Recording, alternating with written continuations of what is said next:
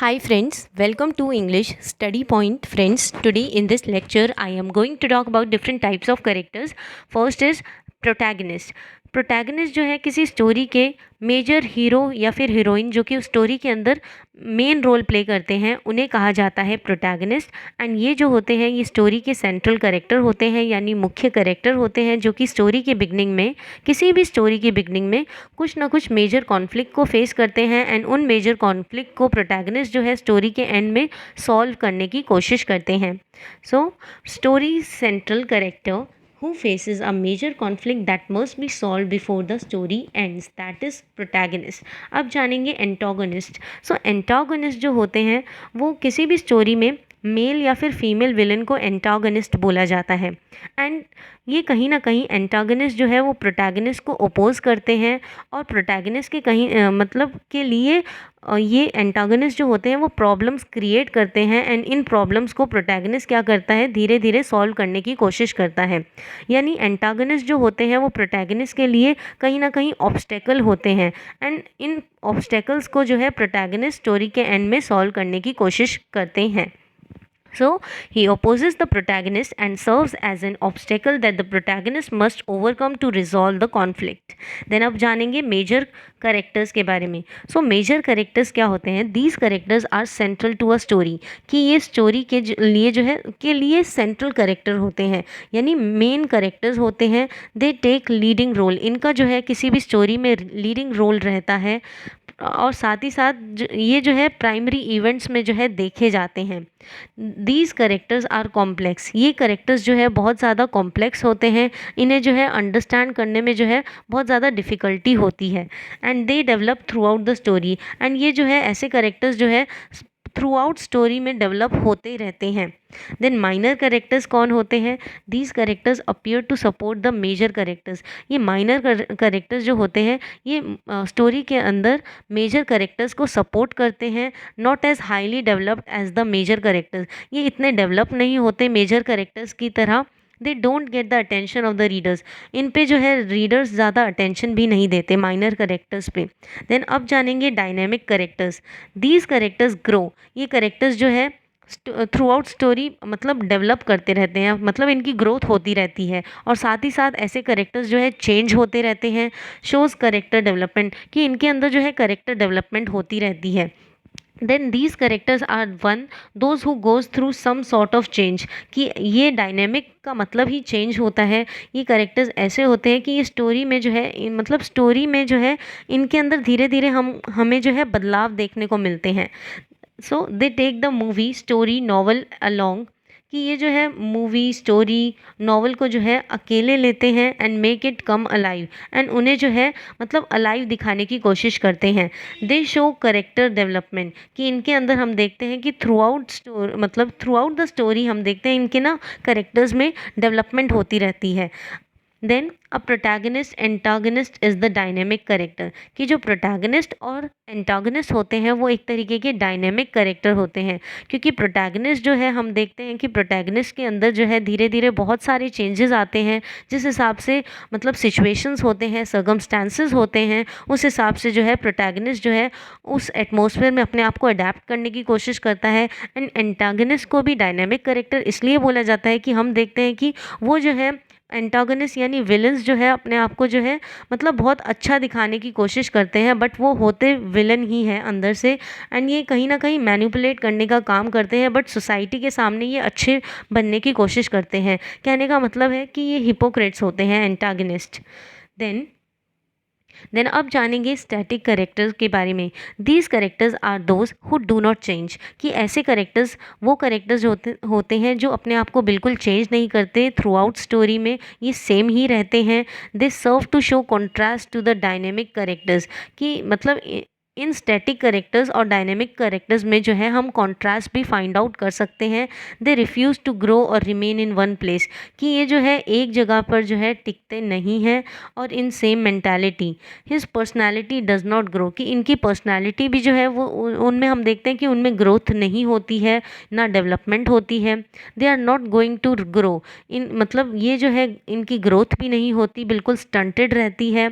They are like the way when the novel open. ये static characters जो है जिस तरीके से नॉवल की शुरुआत हुई थी उसी एंड जब भी ये नॉवेल्स ऐसे नॉवेल्स में स्टैटिक कैरेक्टर्स जिस तरीके से नॉवल की शुरुआत हुई थी उस तरीके से ही ये एंड में भी वैसे ही दिखाए जाते हैं। Then flat and round characters के बारे में जानेंगे। This concept was given by E.M. Forster. Please remember this कि फ्लैट एंड राउंड करेक्टर्स का जो कॉन्सेप्ट है ये E.M. फॉस्टर ने अपने ऐसे एस्पेक्ट्स ऑफ अ नॉवल में दिया है। Please remember this. देन अब जानेंगे राउंड करेक्टर्स क्या होते हैं। These characters can be dynamic. ये करेक्टर्स डायनेमिक होते हैं, कॉम्प्लेक्स इनकी पर्सनैलिटी होती है। They are often conflicted as they try to solve difficult problems. मतलब ये जो है एक दूसरे से मतलब कॉन्फ्लिक्ट में इंटल्ज होकर रहते हैं, क्योंकि ये जो है बहुत ज़्यादा ट्राई करते हैं कि डिफ़िकल्ट से डिफ़िकल्ट प्रॉब्लम्स को भी ये सॉल्व करने की कोशिश करते हैं।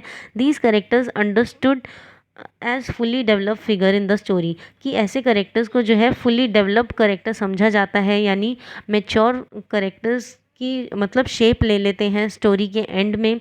ये रियलिस्टिक होते हैं, कॉम्प्लेक्स होते हैं और इनकी जो होती है वो ट्रू डेप्थ ऑफ पर्सनालिटी होती है और इनको जो है रीडर्स की ज़्यादा से ज़्यादा अटेंशन चाहिए होती है। They require more attention by the readers.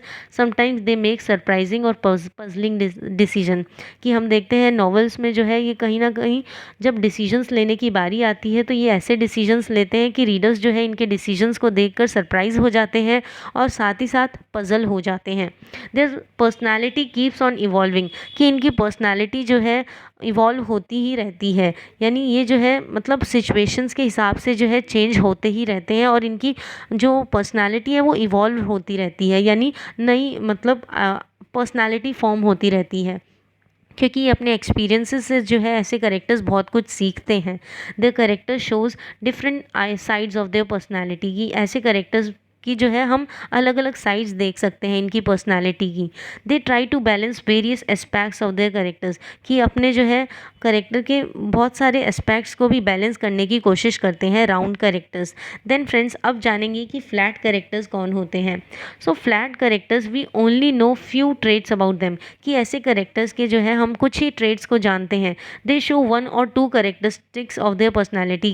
कि हम जो है नॉवेल्स में इनकी बारे में जो है ज़्यादा कुछ ना जानकर सिर्फ और सिर्फ 1 या 2 करेक्टरिस्टिक्स इनकी पर्सनालिटी के जान पाते हैं।